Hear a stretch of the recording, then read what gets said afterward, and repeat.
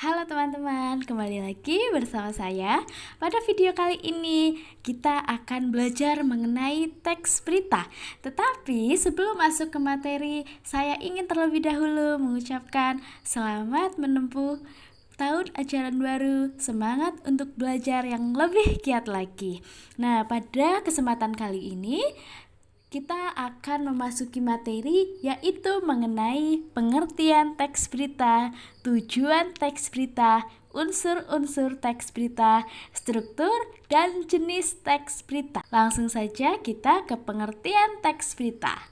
Jadi, teks berita disajikan secara objektif dan harus singkat, padat, jelas, benar, dan akurat. Strukturnya harus terdiri dari lead atau kepala berita, tubuh berita, dan kesimpulan. Kode etik jurnalistik seperti prinsip kebenaran, keadilan, akuntabilitas, dan kemandirian harus dipatuhi agar teks berita bermutu dan dapat dipercaya oleh masyarakat. Selanjutnya, ada fungsi dari teks berita.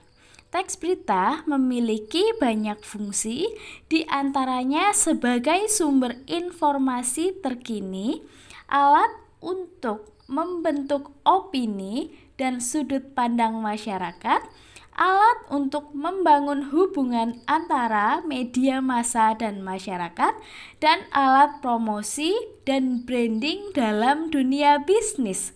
Oleh karena itu, penting untuk membaca dan memahami teks berita dengan baik agar mendapatkan informasi yang akurat dan sudut pandang yang objektif.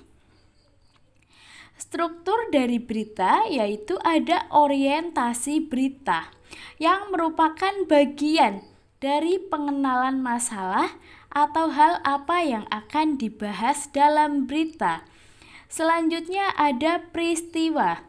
Struktur teks berita ini menceritakan tentang kejadian yang terdapat pada peristiwa atau hal yang ingin dibahas secara rinci dan berurutan. Dan yang ketiga ada sumber berita.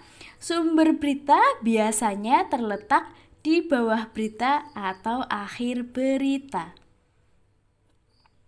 Yang selanjutnya ada unsur-unsur berita. Unsur-unsur berita ini biasa kita sebut atau kita singkat dengan 5W plus 1H, yaitu apa, di mana, kapan, siapa, mengapa, dan bagaimana. Kita akan bahas satu persatu, mulai dari apa. Apa digunakan untuk menanyakan peristiwa apa yang sedang dibahas atau dibicarakan. Selanjutnya ada di mana.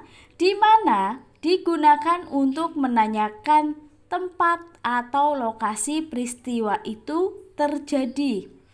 Yang selanjutnya, kapan.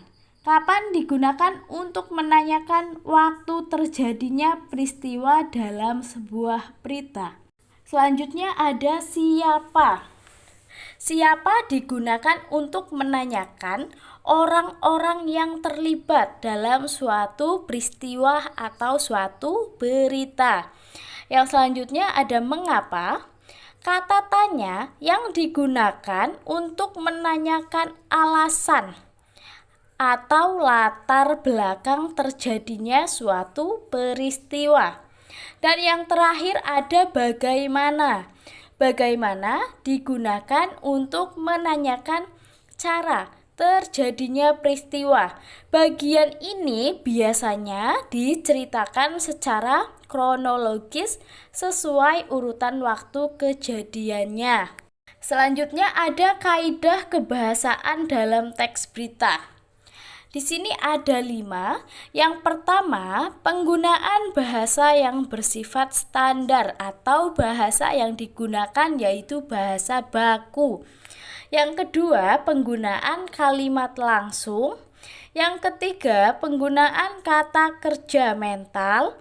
Yang keempat, penggunaan fungsi keterangan waktu dan tempat. Dan yang kelima, penggunaan konjungsi temporal. Jenis-jenis teks berita ada 5, yaitu yang pertama ada berita langsung atau biasa disebut straight news.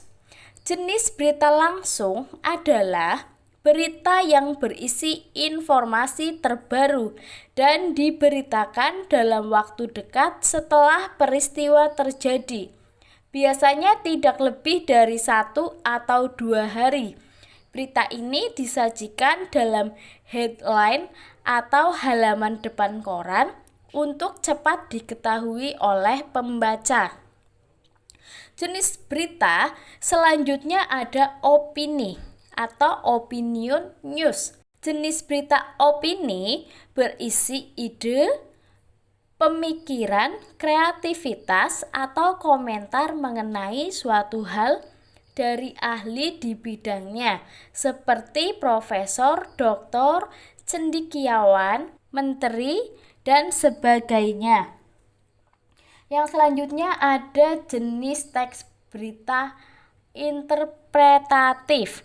Berita interpretatif merupakan jenis berita yang dikembangkan melalui pendapat atau penilaian wartawan yang meliput, tapi masih berdasarkan fakta yang ada.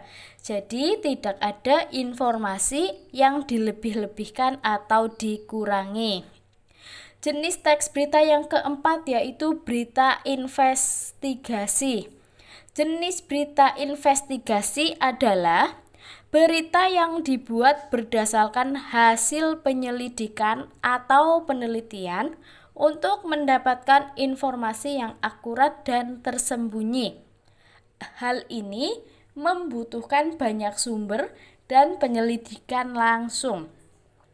Dan yang terakhir yaitu berita mendalam.